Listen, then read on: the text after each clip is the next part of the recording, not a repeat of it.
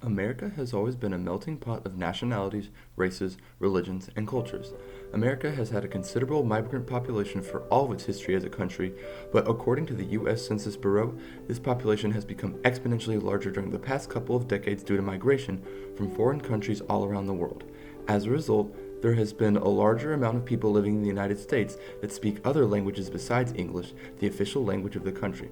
Other languages that are commonly spoken in the United States include Spanish, Chinese, Arabic, and French, with Spanish being the most commonly spoken of said languages. This has resulted in several children of families from foreign countries being unable to speak English and being required to learn it in school. The fact that they cannot speak English upon entering the school system has introduced a plethora of complications to the world of education. These students have faced their fair share of disadvantages compared to their native English-speaking peers. Non-native English speakers have faced more difficulty learning the information required of them, communicating with their teachers and peers, and meeting state expectations of standardized tests. As a matter of fact, the time it takes for a non-native English speaker to become academically proficient in subjects taught in English is longer than it takes for them to become conversationally fluent. This provides an extra challenge for educators that those in the education system were only fairly recently being made aware of. The constant learning of new pedagogical techniques and methods of teaching is both advantageous and disadvantageous. On one hand, learning new information in this area can help educators create optimal methods of educating non-native English speakers. Be that as it may, the constant learning of new information requires constant adjustments to existing pedagogical paradigms in the education system. Non-native English-speaking students have also faced judgment in the context of academics. Because of the fact that their test scores are lower than their native-speaking peers due to the increase in difficulty they have in learning information taught in English, they are sometimes assumed to be less intelligent and less capable of learning. There is either implicit or explicit racism and xenophobia in this idea, as the great majority of non-native English-speaking students in the U.S. are racial and ethnic minorities. The purpose of this documentary is to shed light on these difficulties that non-native English-speaking students have in the elementary school system.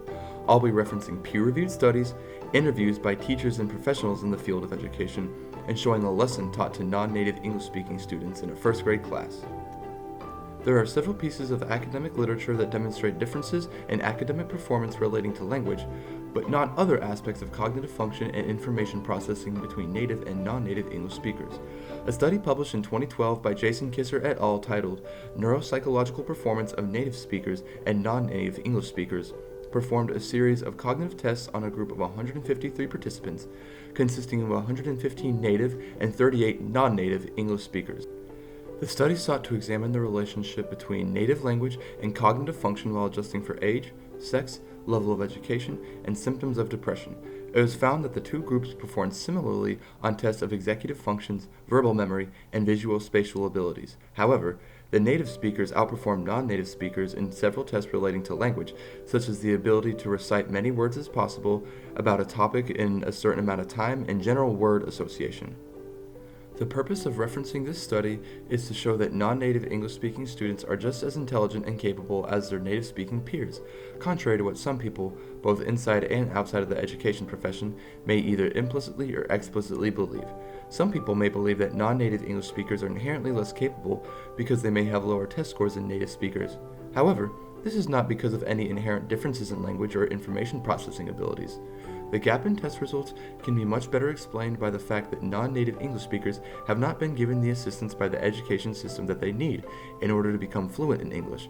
This is not the fault of the non-native speaking students themselves, but instead is the fault of the education system. As a matter of fact, studies examining the test results of non-native English speakers who have become fluent in English demonstrate that this is the correct attribution to blame for lower test scores among non-native English-speaking students. A study published in 2023 by the California Department of Education found that bilingual students perform better on standardized tests than native English speakers.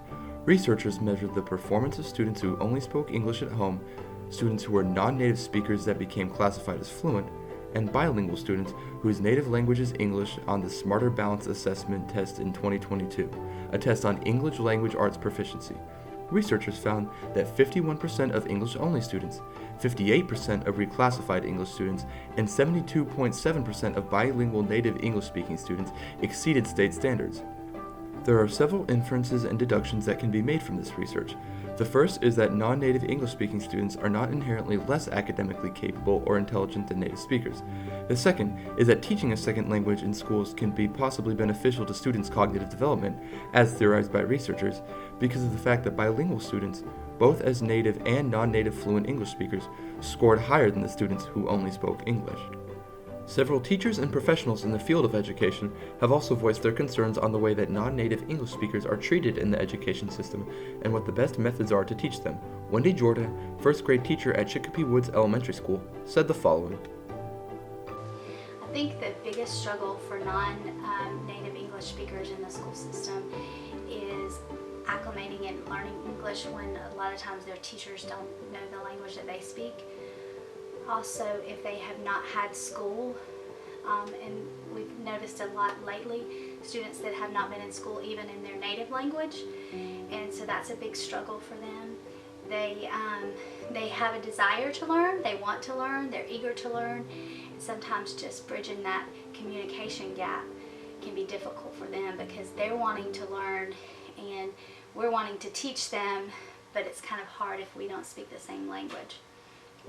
I was in a professional learning where a lady spoke Vietnamese and she had us sit and she did like a whole lesson in Vietnamese to kind of help us understand what it feels like for them. So I try to be very cautious of that and very careful and understanding when they get frustrated and upset. It was a big eye-opener to see that and to experience that for myself. I also have them answering complete sentences because they're at that capability where some of them can understand this is a sentence. You don't just give a one-word answer, and that helps build their language and build their understanding, because you have to speak before you can read or write, and a lot of teachers do not understand that the speaking has to come first. And if you have a high population like we do of non-English speakers and you walk in the room and it's quiet, that's very scary because they've got to speak before they can read and write. So it's important to let them speak, try to encourage them to speak in English. If they say it in Spanish, say yes and then repeat it in English so they can understand the translation and the difference, but speaking is key to them acquiring the language. Second grade teacher Carmen Vell had the following to say about her own experiences teaching non-native English-speaking students. They're expected to learn this, they're expected to do the same tasks that all the other students are doing, and it's not appropriate for their levels of language development. Many times they have a strong ability in strong speaking and writing and writing ability and reading ability in Spanish, but then when they get here, they feel frustrated. They have a hard time. Adapting because they're just lost with the curriculum, and they're expected to do things that are on grade level. And if it were in their native language, a lot of times they would be able to do it, but then they're having to start from the lowest level, and it's frustrating. A lot of times we have to test them when they come. When they come to U.S. schools, we have to give them a test in the first 10 days, and they become very, sometimes they start crying or they're upset. We try to tell them that it's not an important test, it's just to see how much English they know, but it's so frustrating because they're used to doing well academically, and then now they feel like they're at the bottom. If that makes sense. Linda Reese, education professor at the University of North Georgia Gainesville campus, also offered her own perspective on the struggles that non-native English-speaking students face in the education system. And a lot of times, unfortunately, children get shuffled into a school. There maybe isn't a person who can speak Spanish or who understands the struggles that these new immigrant children face. And so they may be put into, let's say Linda's a second grader in a different school. Linda may be placed in a class where the teacher, gives some support, maybe some assignments the teacher prints in English and Spanish, but otherwise maybe that teacher says, Linda, speak English. We speak English here. And what that says to a child when their native language is dismissed out of hand like that, it says, I'm really not valued and I'm really not wanted here. And so that's kind of the worst case scenario. And what happens is even if I, as that second grader, I can still thrive, and little ones pick up another language really quickly. We know that their brains are still developing and they can build those neural pathways. So a second grader will pick up English really quickly. However, if she had that teacher right out of the gate who said, we speak English here, don't speak that language. You're in America now, we speak English. Messages like that can be really damaging and can make the child feel disconnected from her first language and her heritage. And so there's sort of a snowball effect with that. Again, if we take the first Linda, who goes into a really welcoming school and gets what we call ESOL, English for Students of Other Languages, ESOL support, and Linda in the first school, the really welcoming school, starts to learn English quickly. The ESOL teacher talks to Linda's homeroom teacher and says, hey, here are some things you can do to really help accelerate her English language, and I'm really happy that you are not telling her to just speak English, that, hey, you have a few Spanish-speaking kids in the classroom and Linda gets to use her Spanish at recess. Sometimes if she has a question and doesn't understand the directions, a child who's bilingual can help her. That's great. So that kind of dynamic is going to help the second grade Linda go through the system. Probably by third grade, that Linda will be proficient, and by third grade, end of third grade, fluent in English. And Reese also commented on the potential long-term sociological consequences the education system neglecting non-native English-speaking students may have, especially on males.